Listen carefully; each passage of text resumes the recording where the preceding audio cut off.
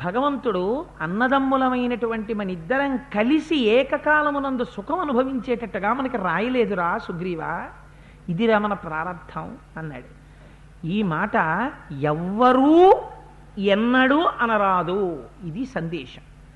ఎందుచేత అంటే మనకి ధర్మశాస్త్రంలో ఒక నియమం ఉంది.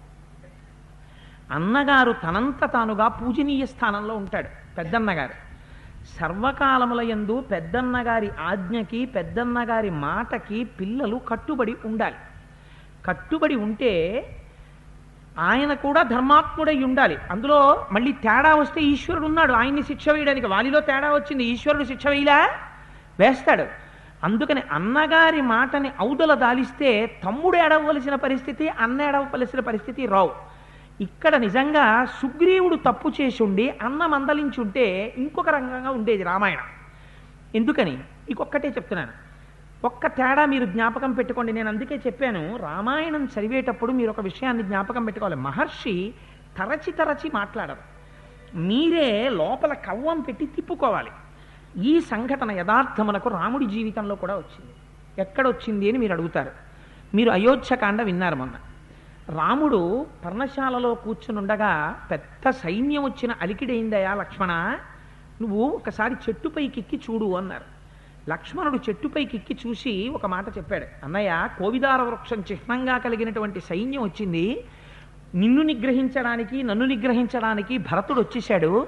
అగ్నిహోత్రాలని లోపల పెట్టేసాయి, సీతమ్మని లోపల దాచేసాయి, గబగబా నీ కోదండం పట్రా, కత్తులు పట్రా, ఇప్పుడే బాణాలు విడిచిపెట్టేసి భరతుడిని చంపేస్తానన్నాడు. నిజంగా ఆ రోజున అస్త్రప్రయోగం చేసేసారనుకోండి రామలక్ష్మణులు, ఏమైపోయి ఉండేది రామాయణం?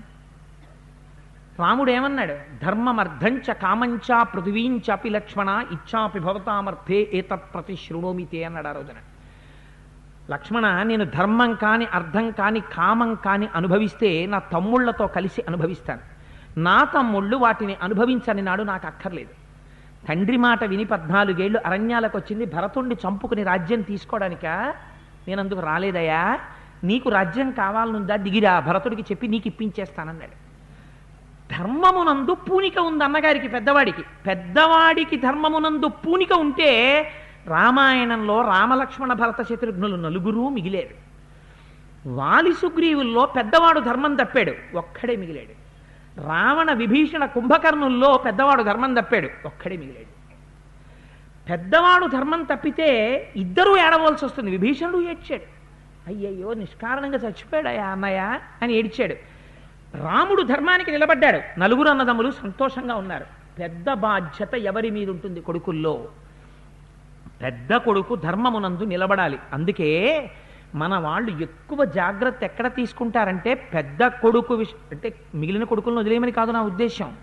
పెద్ద కొడుకు పెద్ద కోడలు ఈ ఇద్దరి విషయంలో చాలా జాగ్రత్తగా ఉండమని చెప్తారు. ఎందుకనంటే నీ దేహయాత్ర అయిపోయిన అందుచేత పెద్ద కొడుకుని, కొడుకు మంచివాడవచ్చు, కోడలు సక్రమైనది కాకపోతే మళ్ళీ ఆ కొడుకు యొక్క బుద్ధి యందు వైక్లభ్యం రావచ్చు. అందుకే పెద్ద కొడుకు పెద్ద కోడలు, పెద్ద కొడుకుని ధర్మసంతానం అని శాస్త్రం 10 మాటలు చెప్పడానికి కారణం అదే.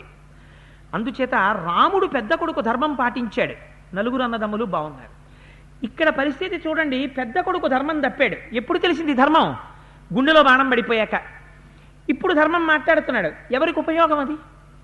ఇది విన్న తర్వాత కూడా అవును మా అన్నయ్య పోలేకపోతే పోయాడు అని అనగలడా సుగ్రీవుడు? అనలేడు. ఎందుకు అనలేడో, అలాంటి అన్నదమ్ముల జీవితం ఎలా ఉంటుందో రామాయణం నిరూపిస్తుంది. ప్రమాదం ఎక్కడుందో అది 2 మాటలు చెప్తుంది, ఎక్కడ క్షేమం ఉందో ఒక్క మాట చెప్పి వదిలిపెట్టేసింది. రాముడు మాట్లాడింది ఒక్క మాట చెప్పింది. మళ్ళీ రాముడు స్నానం చేస్తుంటే అరణ్యకాండలో లక్ష్మణుడు మళ్ళీ భరతుణ్ణి కైకమ్మను అధిక్షేపించి మాట్లాడాడు. రాముడు అన్నాడు, ఎందుకయ్యా అలా మాట్లాడతావు? ఆవిడ మన మధ్య తల్లి, అలా మాట్లాడక అమ్మ గురించి. నువ్వు ఎప్పుడైనా మాట్లాడితే భరతుడి గురించి మాట్లాడు, నేను సంతోషంగా వింటాను, అలా మాట్లాడకు అన్నాడు. పెద్దవాడైన వాడు తన కింద వాళ్ళ గురించి తమ్ముళ్ళ దగ్గరికి చెల్లెళ్ళ దగ్గరికి వెళ్ళినప్పుడు చెల్లెళ్ళు కాని తమ్ముళ్ళు కాని ఒకళ్ళ మీద ఒకళ్ళు నేరాలు పెద్దవాడి దగ్గరికి తీసుకొస్తే పెద్దవాడు ధర్మం చెప్పాలి. తప్పమ్మా, మనం ఎలా కలిసి బతికామే, ఒకే తీగ పువ్వులమై పుట్టాము. ఎంత గొప్ప మాట అండి అది, ఒకే తీగ పువ్వులమై. ఒక్క తీగ పువ్వులం మనందరం. ఒకనాడు ఒకరిని విడిచిపెట్టి ఒకళ్ళం ఉండలేక కౌగలించుకుని ఆడుకునేవాళ్ళం, అందరం కలిసి అన్నం పెట్టుకు తినేవాళ్ళం. ఆ కంచంలో అన్నం ఈ కంచంలో వాడు తీసుకు తినేవాడు. అందరం కలిసి ఒకే నేల మీద పడుకునేవాళ్ళం. అన్నయ్య పక్కన నేనంటే, అన్నయ్యకి అటువైపు నేనంటే మీ అందరూ కూర్చునేవారు. ఒక్క గంట నేను కనపడకపోతే మీరు బెంగెట్టుకునేవారు. ఇవాళ మన మీద మనకి చాడీలు ఏంటమ్మా, మనం ఒక చేతి 5 వేళ్ళం, మనం దెబ్బలాడుకుంటే తల్లిదండ్రుల కంట నీరు వస్తుంది, మనం దెబ్బలాడుకోకూడదమ్మా అని ధర్మం అన్నగారు చెప్పగలిగితే, అన్నయ్య ఇలాంటి వెండవు, అన్నయ్యతో ఇబ్బంది అని మిగిలిన వాళ్ళు క్షేమంగా ఉంటారు. పెద్దన్నగారే ధర్మం తప్పిపోయాడు అనుకోండి, మిగిలిన వాళ్ళ అందరిలోనూ ధర్మం తప్పుతుంది. మిగిలిన వాళ్ళు అందరూ కలిసి తల్లిదండ్రుల పట్ల ప్రవర్తించవలసిన రీతిలో ప్రవర్తించడంలో వైక్లభ్యం వచ్చేస్తుంది. అందుకని చిన్నవాడితో పెద్దవాడు చెప్పించుకోకూడదు. పెద్దవాడు చిన్నవాడికి చెప్పాలి. ఎప్పుడు? శాస్త్ర మర్యాద తెలిస్తే చెప్పగలడు. శాస్త్ర మర్యాద తెలియని వాడు చెప్పలేడు. వాడు మిగిలినటువంటి వాళ్ళ శోకమునకు కూడా కారణమై కూర్చుంటాడు వాడు. అందుచేత అది మర్యాద కాదు. అది రామాయణం మనకి నేర్పుతోంది. ఇప్పుడు స్వామి ఏ విధంగా అయితే శ్రీ మహావిష్ణువు గరుత్మంతుడి మీద కూర్చుని యుద్ధం చేస్తారో అలా మీరు నా యొక్క వీపు మీద కూర్చుని యుద్ధం చెయ్యండి. దురాత్ముడైన రావణుడు రథంలో కూర్చుంటే మీరు నేల మీద నిలబడి యుద్ధం చేయడం ఏమిటి స్వామి, నా మీద కూర్చోండి అన్నారు. అందుకే హనుమద్వాహనం మీద ఊరిరుగుతుంటారు స్వామి ఇప్పటికీ. అనేటప్పటికీ తప్పకుండా హనుమ అని ఆ హనుమ మీద కూర్చుని యుద్ధానికి వెళ్ళారు. వెడితే ఇన్నాళ్లకి దురాత్ముడా, ఆచార భ్రష్టుడా, పరస్త్రీని అపహరించిన వాడా నా కంట పడ్డావు, ఇంకా తిరిగి నువ్వు అంతఃపురంలోకి వెళ్ళావు, ఇవాళ నీ 10 తలకాయలు కొట్టేస్తాను అని రామచంద్రమూర్తి ఒక పక్క చెప్తూ ఉంటే వాడు విశేషమైన బాణపరంపరని హనుమ మీద కురిపించాడు.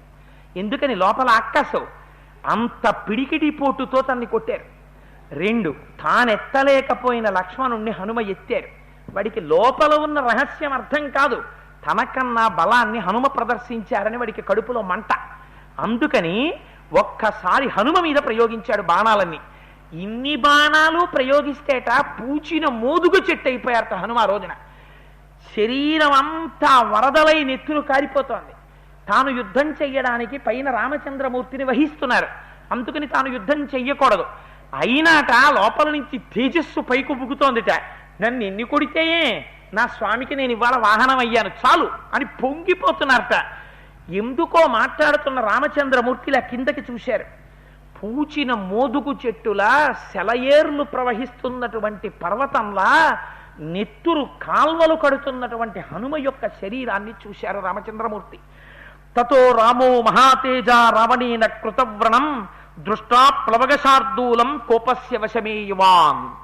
ఏనాడు శరీరం మీద ఒక్క వ్రణం కూడా లేకుండా ఒకరిని కొట్టడమే తప్ప తను దెబ్బ తినడం తెలియనటువంటి హనుమ ఇవాళ ఇన్ని దెబ్బలు, బాణపు దెబ్బలు తిని రక్తపు టేరులై కారుతుంటే జితక్రోధ అని పేరు రామచంద్రమూర్తికి. ఎందుకని? మొట్టమొదట వాల్మీకి మహర్షి అడిగినప్పుడే చెప్పారు. ఎవరికి ఈ 16 గుణాలున్నాయి అని అడిగినప్పుడు ఎవరికి కోపం లేదో, ఎవరు కోపం తెచ్చుకున్నంత మాత్రం చేత దేవతలందరూ భయపడతారో అటువంటి గుణములు ఉన్నవాడెవరని అడిగారు. అందుకని మహానుభావుడు ఒక్కసారి ఇవాళ కోపమునకు వశుడైపోయాట.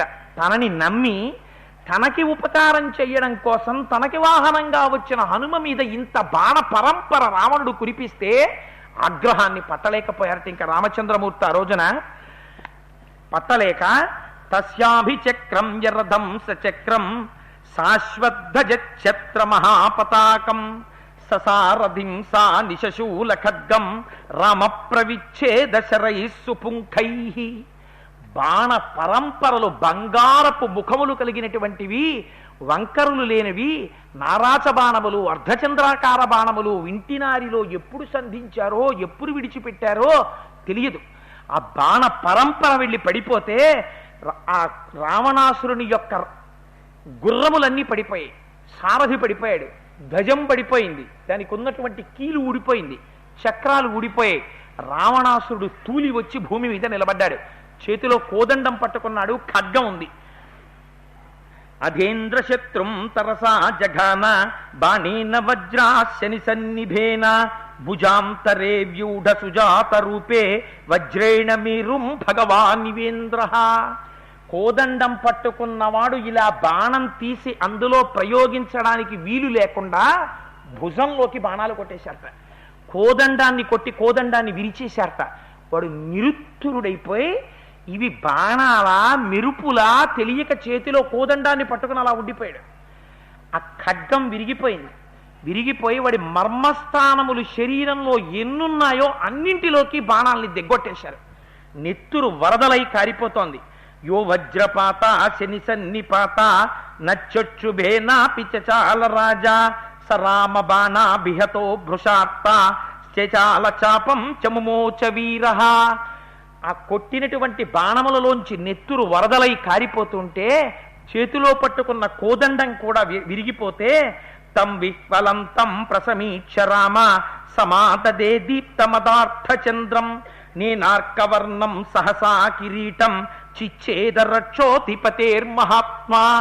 అర్ధచంద్రాకారమైనటువంటి బాణములను వింటినారికి తొడిగి విడిచిపెడితే దశకంఠుడైనటువంటి రావణుని యొక్క కిరీటము మెరిసిపోతున్న దాన్ని ఆ బాణములు వెళ్ళి కొడితే ఆ పైన ఉన్నటువంటి కిరీటం డుళ్ళి కింద పడిపోయింది. ఈ సర్గని యుద్ధకాండలో మకుట భంగ సర్గ అని పిలుస్తారు. రామాయణంలో ఈ యుద్ధకాండలో రావణాసురుని యొక్క మకుటము కింద పడిపోయినటువంటి ఈ శ్లోకాల్ని ఎవరు వింటారో వారికి దీర్ఘమైనటువంటి ప్రబలమైనటువంటి భయంకరమైన వ్యాధులు ఇంకా పాపరూపంగా శరీరంలోకి రాబోతున్నవి ఆగిపోతాయి. ఏ పాపమటువంటి వ్యాధినివ్వాలో ఆ పాపము ఈ శ్లోకములను వినడం చేత ఆ పాపము కాలిపోతుంది. ఎవరికైనా దీర్ఘవ్యాధులుంటే నమస్కారం చేస్తూ రామచంద్రమూర్తిని మనస్సులో స్మరిస్తూ రావణుడి యొక్క కిరీటం పడిపోయిన సన్నివేశాన్ని ఈ శ్లోకాల్ని పరమభక్తితో విన్నట్టయితే వారికి అటువంటి దీర్ఘవ్యాధులు కూడా ఉపశమించి పడిపోతాయి అని పెద్దలు అభయం ఇచ్చారు. అంత శక్తివంతమైన సర్గ మకుటభంగ సర్గ.